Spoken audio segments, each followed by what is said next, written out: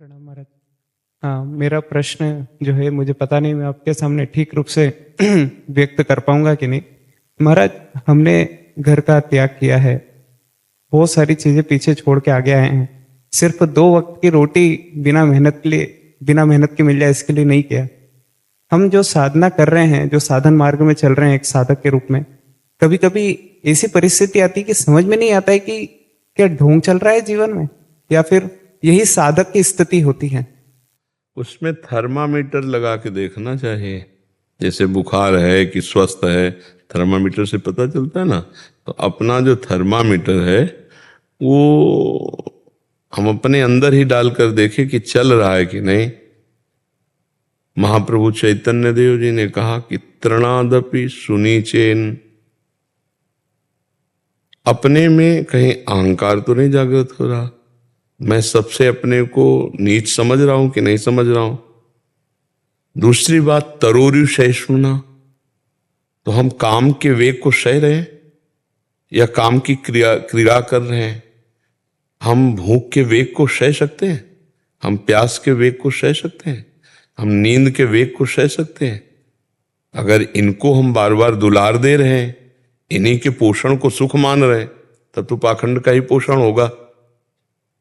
हम हर वेग को यम ही न व्यथ्यंतेते पुरुषम पुरुषर्षभ सम दुखा सुखाधीरम स्वमृतत्वाय कल्पते, जो आए हुए वेग की व्यथा को सहज में सह जाता है, व्यथित नहीं होता और सुख दुख में समान भाव रखता है, वो परम पद का अधिकारी है, अव्यय पद का अधिकारी, वो अमृत पद का अधिकारी है। मात्रा स्पर्शास्तु कौन्ते शीतोष्ण सुख दुखदा आगमा पाइनो अनित्यास्तास्तितिक्षस्व भारत। मैं भगवान की इस आज्ञा का पालन कर रहा हूं कि नहीं।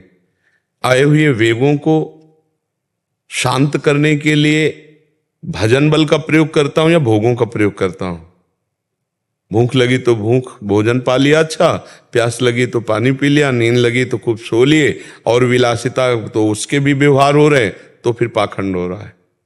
बिन विवेक वैराग्य भक्ति बिनु सत्य न एको मानो, भगवत विमुख कपट चतुराई सो पाखंड नहीं जानो। पाखंड किसे कहते हैं? जहां विवेक नहीं है, वैराग्य नहीं, भक्ति नहीं है, कपट का रूप धारण करके मनमानी आचरणों में उतरना, उसे पाखंड कहते हैं। और जो पाखंड में होगा वो पाखंड की चर्चा भी नहीं करना चाहेगा, क्योंकि उसे बहुत छुपा के रख रहा है। और जो पाखंड में नहीं है वही पाखंड की चर्चा करना चाहेगा, वो जानना चाहेगा कि रोग किसे कहते हैं, क्योंकि वो रोग से बचना चाहता है। तो हमारे हृदय में दैन्यता रहे, अभिमान ना आवे, और सब विकार, सब प्रहार, सब तिरस्कार सहने की क्षमता आ जावे, और दूसरों को सदैव हम मान दें, स्वयं मान रहित रहें और निरंतर हरि स्मरण करें। तो पाखंड नाम की चीज नहीं है, नहीं है, स्वस्थ है। दूसरों से मान लेने की इच्छा है, कपट पूर्वक चतुराई पूर्वक भोग भोगने की प्रवृत्ति है, भगवान नाम जप में अरुचि है, अहम बढ़ा हुआ है, तो फिर पाखंड और दंभ का बोलबाला चल रहा है, भक्ति नहीं है। पाखंड उसे कहते हैं पाप का खंड, जिसके द्वारा पापाचरण होता है, और पाप उसे कहते हैं जो संत गुरु और भगवत विमुख आचरण है, उन्हें पाप कहते। ये सब भगवत विमुख कर देने वाली बातें हैं। भगवत सन्मुख के लिए आप आचार्य और गुरुजनों की जो रहनी थी और जो उनका चिंतन था, उसको आप देखिए। सर्वसमर्थ श्री पूज्य रघुनाथ दास गोस्वामी आदर्श महापुरुष है। कैसे भजन किया, जगन्नाथपुरी से लेकर राधा कुंड तक। हम महापुरुषों के जीवन चरित्रों में जब अपनी चित्तवृत्ति लगाएंगे, तो जो अगर कहीं आशंका भी होगी पाखंड दंभ की, वो भी नष्ट हो जाएगी। ये तो खुली बात समझ लो कि भगवान के चिंतन के बहुत अच्छे उपासक हो जो आप इस बात को पूछ रहे हैं। भगवान के चिंतन के लिए हमने सब कुछ छोड़ा है। अब हमारा कोई कर्तव्य नहीं, एक ही कर्तव्य है, निरंतर भगवान में स्थित रहना। वो ठाकुर सेवा करके, ग्रंथों का स्वाध्याय करके, संत सेवा करके, नाम कीर्तन करके, वो ये सब हो सकते हैं अभ्यास, लेकिन हमारा लक्ष्य क्या है? निरंतर कृष्णाकार वृत्ति, मुरारी पादार्पित चित्त वृत्ति। अब हम लोग फिर व्यवहार में भूल जाते हैं। ठाकुर जी को भोग लगाया, अच्छा अच्छा पदार्थ पाया, भगवत विस्मरण, और फिर जब वेग आएंगे तो भजन है नहीं तो सह नहीं पाएंगे। फिर वेगों की पूर्ति करनी, और वेगों की पूर्ति हुई तो बस हो गया पाखंड।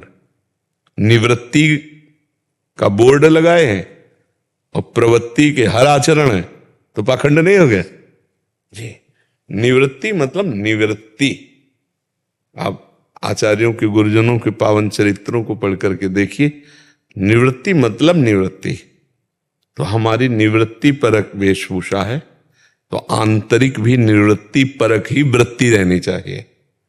हाँ, रोज सुस्वादिष्ट भगवत अर्पित भोजन भी नहीं पाना है, इसीलिए मधुकरी वृत्ति लिखी गई है। कभी वो मिल गया स्वादिष्ट तो कभी रूखा सूखा, और कभी कभी नहीं भी मिला तो 24 घंटे कुछ नहीं पाया। तो हमारा अभ्यास तो पुष्ट हो रहा है कि हम दुख में भी भजन कर सकते हैं। जैसे भूख से व्याकुल हैं, 2 दिन हो गए, 3 दिन हो गए, और हमारा बराबर भजन चल रहा, तो हमारा अभ्यास बहुत पुष्ट हो रहा है।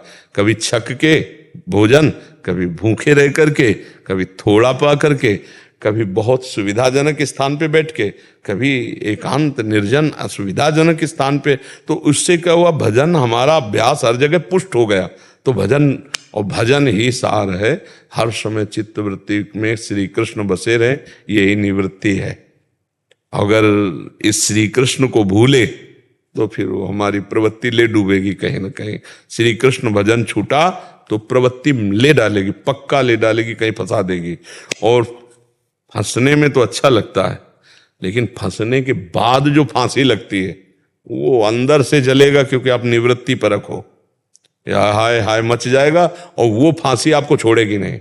जिस फांसी में आपने सुख बुद्धि की, वो फांसी नहीं छोड़ेगी। मतलब जीवन का परिणाम बहुत ही दर्दनाक होता है जो निवृत्ति से दंभ पाखंड करके प्रवृत्ति का भोग करते हैं।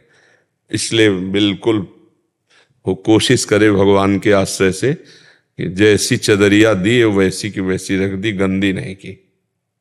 नहीं, चदरिया झीनी रे झीनी, जैसी की तैसी दर। ये जीवन अब प्रभु का धरोहर है, अब आप इसे भोग नहीं सकते। प्रभु का धरोहर, बस इसको जिलाइए, इसको रखे रहिए जब तक रख रहे हैं। ऐसे रखना है इसको, जिलाना है इसको, ना इसे तगड़ा करना है खा के, ना इसको सुखाना है, जिलाना है। जितना जैसा दिया वैसे वापस, चदरिया जैसी की तैसी धर देनी। तो मिताहार, भोग नहीं, पवित्र जीवन, शांत जीवन और अकिंचन जीवन। और जब तक भगवत प्राप्ति न हो जाए तो प्रचार प्रसार के भी चक्कर में न पड़े। अगर सच्चाई की बात समझनी है तो अगर भगवत प्राप्ति नहीं हुई, भगवत प्राप्ति जिधर्म दृष्टि डाले कृष्ण ही कृष्ण वासुदेव स्वरमिति, अंदर कृष्णाकार वृत्ति, कोई इच्छा नहीं, वो तो अपने को पता चलता है ना। तब फिर अपने आप प्रचार होने लगेगा आपके चरणों में। जैसे कमल खिलता है तो भंवरे गुंजार करने लगते हैं, ऐसे भक्तजन अपने आप घेर लेंगे।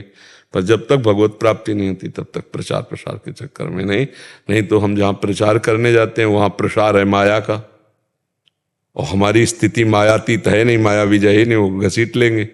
जैसे हम किसी डूबे हुए को निकालने जाएं और अच्छे तैराक नहीं है तो वो डूबने वाला पहला काम करता है निकालने वाले को डुबाना, क्योंकि वो सांस लेना चाहता है ना।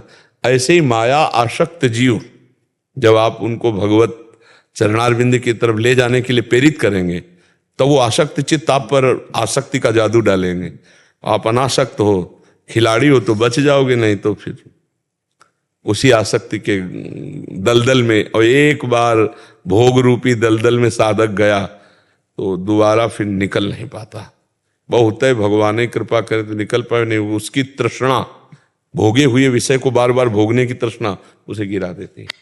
अब फिर नवम भोग, बहुत दुर्दशा हो जाती है।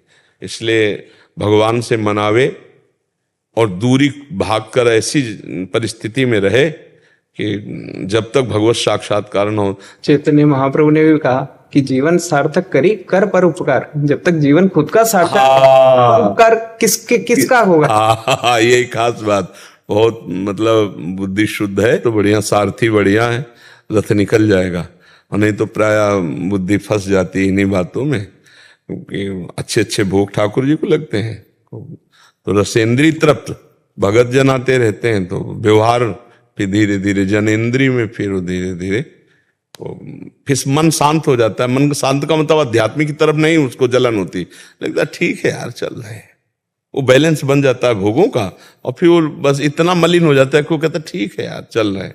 जो अच्छा साधक होता है थोड़ी भी गलती पर हाय हाय मच जाता है, ऐसा कैसे हो, हे भगवान हे करुणा निधान बचा लो मुझे, मैं ऐसा ऐसे हो, और उसको फिर ये भी नहीं लगता कि बचा लो, ठीक है ऐसे। वो है पाखंड, वो है दम्भ, चल तो भी रहा लेकिन पाखंड और दम्भ में। और जो प्योर शुद्ध भगवत मार्ग है वो है बिन विवेक वैराग्य भक्ति बिन सत्य नये को मानो, भगवत विमुख कपट चतुराई सो पाखंड है जानो। अब तो मतलब भ्रमण का तो समय नहीं है, छोटी मोटी कहीं कुटिया ऐसी कोई व्यवस्था हो जाए जहाँ चुपचाप रहो और मांगो खाओ, या जैसे भी मिताहार करो, रात दिन भजन में लगे, बस यही निवृत्ति का लाभ है। पहले अपना काम कर ले। महाराज भगवान की कृपा से हम सब साधकों के बीच में रहते हैं, तो सुबह जब मैं उठता हूँ तब देखता हूँ सारे साधक हैं, तो भगवान को प्रणाम करता हूँ कि आपने ऐसी स्थिति बिल्कुल बहुत सुंदर कि कहीं चूक नहीं होगी, क्योंकि सब हम हमारी तरफ दृष्टि डाले हुए हैं। यही सैकड़ों साधक की जब एक साथ रहते ना, तो यही खास बात होती है कि एक का अगर मन भी भटके तो भटकने का चांस नहीं, क्योंकि सैकड़ों की नजरों में ये साधु संघ का जो घेरा है ये बहुत लाभदायक। भगवान जब द्रवित होते हैं तब ऐसा देते हैं, जब द्रवी दीन दयालु राघो तो साधु संगति पाएंगे। बहुत सुंदर।